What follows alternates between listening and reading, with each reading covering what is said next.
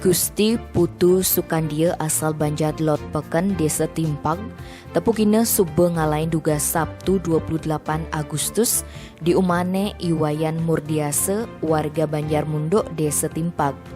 Uli hasil pemeriksaan medis korban ngalain ulian kekenyelan.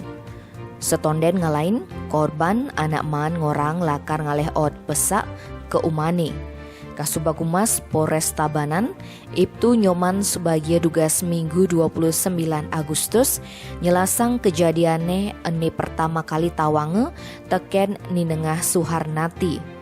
Pas lakar ngemuliang, uli ngumbah baju di telabai, Suharnati ningalin korban subengalain posisine nungkaya. Saksi terus ngorahin kurnane Iwayan Murdiase terus ngelaporang ke Perbekal Timpag ajak ke Polsek Kerambitan.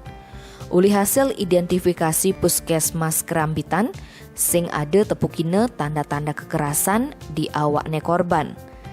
Sukandia ngalain ulian bes kekenyelan. Apa buin keluargane ngorang ia man rawat inap di rumah sakit Tabanan. Tim Bali Express ngelaporang.